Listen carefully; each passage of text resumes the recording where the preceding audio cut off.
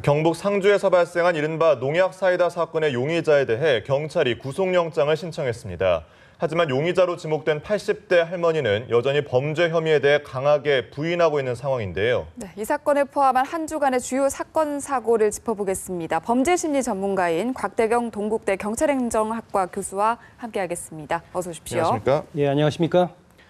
자, 같은 마을 80대 할머니의 옷과 스쿠터에서 이 농약 성분이 검출이 되면서 유력한 용의자로 지목이 됐습니다. 일단 이 할머니는 극구 부인하고 있는 상황인데 경찰이 구속영장을 신청한 상태입니다. 네. 앞으로의 수사 상황이 좀 어떻게 진행이 될까요? 네, 지금으로서는 상당히 이제 여러 가지 이제 증거들이 이 할머니가 이번 사건에 이제 관련돼 있는 걸로 이렇게 이제 보여지고 있습니다. 하지만 본인이 이제 극구 부인을 하고 여러 가지 결정적인 증거들은 나오지 않은 상황입니다.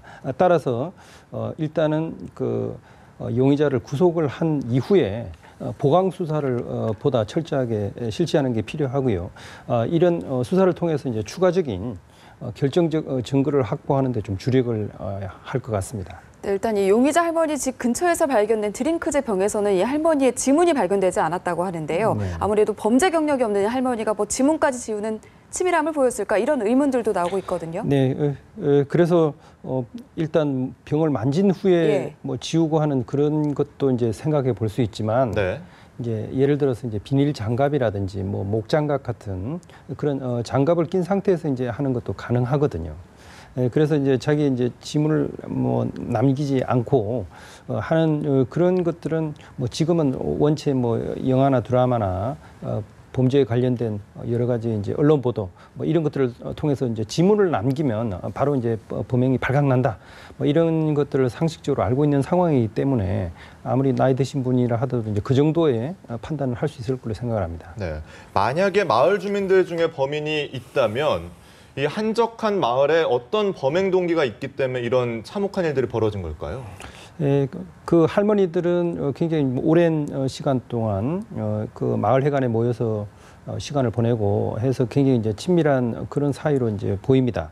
그런데 이런 독극물을 사용해서 이제 살해할 정도라고 한다면 어떤 개인적인 그 원한이나 또는 상당히 심각한 어떤 감정적인 대립 그리고 어떤 의견을 놓고 갈등하는 이런 관계가 좀 되었을 가능성이 있는 거죠. 네. 분명히 지금 이제 마을 주민들이 그런 거에 대해서 이제 구체적으로 언급을 하지 않고 지금 그 다른 이제 살아남으신 그 할머님들이 아직은 본격적으로 진술을 하지 않기 때문에 이제 정확한 상황을 아직 파악을 하지 못합니다. 네.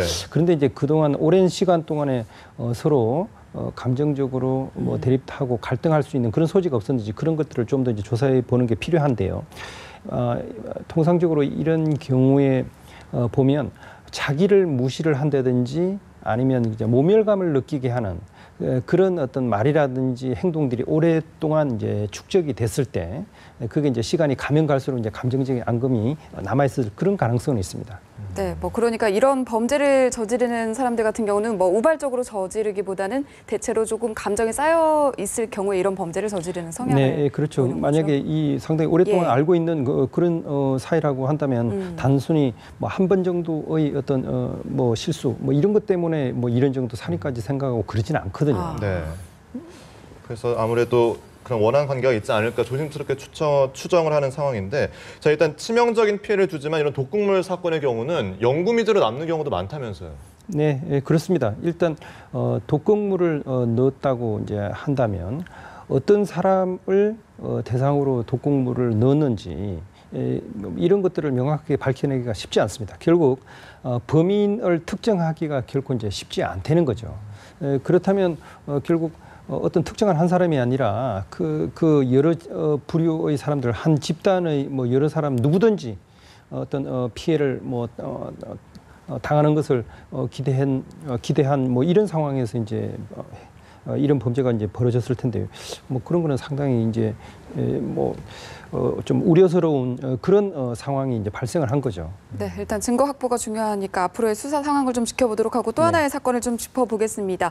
수원 여대생 살인 사건도 세상을 좀 떠들썩하게 만들었는데 네. 용의자가 사건 발생 이전에 뭐 사고 현장, 사건 현장이랑 회사를 좀 수차례 오간 정황이 CCTV에 포착이 됐거든요. 네. 이런 행동들은 좀 어떤 걸 의미한다고 볼 수 있을까요? 지금 그래서 이제 CCTV를 통해 가지고 예. 실제로 마지막 범행 직전의 동선들을 계속해서 이제 분석을 하고 있습니다. 그래서 실제로 이 사람이 어떤 뭐 할 일이 있어가지고 어떤 목적을 가지고 돌아다닌 건지 아니면 별다른 목적 없이 이제 배회를 한 건지 뭐 이런 것들을 지금 파악을 하고 있는 중입니다. 그래서 만약에 별다른 목적이 없이 그냥 돌아다니는 이런 것 같으면 적극적으로 어떤 범행 대상을 물색한 이런 경우로 이제 볼 수가 있고요. 그렇지 않고 이제 이 건물에 자기가 직접적으로 어떤 용무가 있어가지고 뭐 어느 사무실을 갔다가 이제 어디를 갔다가 이런 동선들이 시간대별로 어떤 뭐 합리적인 이유들이 이제 밝혀진다면 조금 뭐 배회를 하고 어떤 범행을 물색한 건 아니고 자기 나름대로의 뭐 사정이 있어가지고 간 걸로 이제 볼 수가 있는 거죠. 네, 이 사건 역시 궁금해지는 게 바로 범행 동기입니다. 용의자 같은 경우는 성범죄 전력도 없었고 또 아내와 자녀를 둔 건설업체 임원이라고 하는데요. 자, 이 평범한 가정이 이렇게 잔혹한 범행을 저지른 동기가 뭐가 있을까요? 네, 그래서 뭐 이게 사실 뭐 우발적이냐, 뭐 계획적인 범죄에 따라서 설명이 좀 달라지겠죠.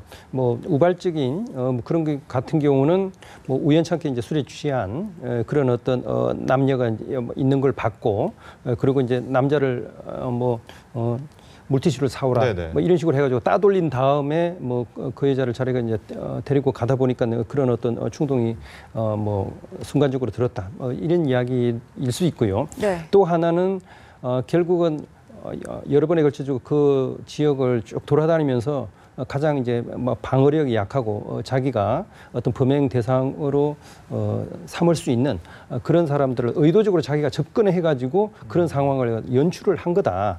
뭐 이렇게 이제 본다면 보다는 좀 계획적인 그런 걸로 이제 볼 수 있는데 사실 뭐 공식적으로 나타나 있는 어떤 성범죄 전과남 이런 것들이 이제 없다 하더라도 이 사람이 이제 평소에 이제 그런 어떤 범행들을 나름대로 이제 속으로 이제 꿈을 꾸거나 또는 그동안 발각은 되지 않았지만 뭐 사소한 그런 어떤 시도들이 계속 뭐 있었던 그런 경우 같으면 이제 설명이 가능하고요. 전혀 이제 그런 것들이 없었는데 이제 우발적으로 갑자기 그렇게 술 취한 그런 어떤 남녀를 보고 나서 이제 뭐 충동적으로 뭐 그런 행동을 했다. 그것도 뭐 아주 불가능한 그런 상황은 아니라고 보여집니다. 네, 끝으로 사건 하나 더 짚어보겠습니다. 부천에서는 이 층간소음 문제로 40대 남성이 흉기를 휘둘렀는데 이 남성에 대해서 경찰이 지금 구속영장 신청한 상태인데 흉기나 CCTV 지금 확보했다고 하더라고요. 그러면 뭐 이제 혐의 입증하는 건 크게 문제가 없겠네요. 예, 혐의 입증은 크게 문제가 없는 것이 일단 그 같은 장소에 있었던 어머니와 아들이 있었습니다. 네. 그런데 이제 아들은 결국 피해를 당해가지고 이제 살해를 당했고요. 같이 있었던 그 어머님이 바로 이 사람이 범인이라고 이제 지목을 했고 네. 그리고 이제 CCTV에 이제 그런 어떤 장면들이 담겨져 있고 하기 때문에 범인임을 확신하는 데는 큰 문제가 없지만은 뭐 지금 이 사람이 계속 이제 뭐 자기도 이제 부인을 하고 있는 그런 상황이기 때문에 계속해서 이제 추가적인 수사는 필요할 걸로 보여집니다. 네.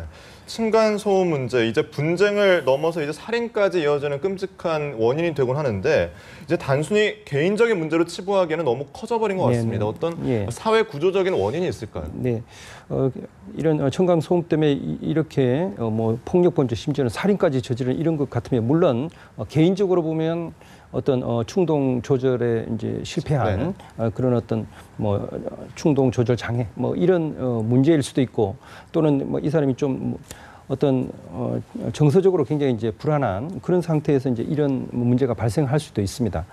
그렇지만 계속해서 이런 층간 소음 문제 때문에 이웃 간의 다툼, 갈등 뭐 이런 것들이 있기 때문에 이런 것들이 사실 우리가 그동안 뭐 건축법 같은 거를 갖다가 하면서 아주 그런 것들이 이웃 간의 층간 소음을 좀 줄일 수 있는 이런 제도들이 충분히 연구되고 실시되지 않았기 때문에 결국 네. 이런 문제들이 나타나는 이런 어떤 제도적인 어려운 문제들이 있는 거거든요. 네네. 그래서 뭐 그런 것들에 대해서 이제 앞으로는 좀 개선하는 그런 좀 적극적인 노력이 이런 이웃 간의 갈등을 줄이는 그런 방법이 될 걸로 생각을 합니다. 네, 참 이웃 사촌이라는 말이 친근했던 때가 있었는데 이웃 갈등으로 인한 사건 사고가 많아지는 것 같아서 좀 마음이 씁쓸합니다. 아쉽습니다. 네, 곽대경 동국대 경찰행정학과 교수와 얘기 나눠봤습니다. 오늘 말씀 잘 고맙습니다. 들었습니다.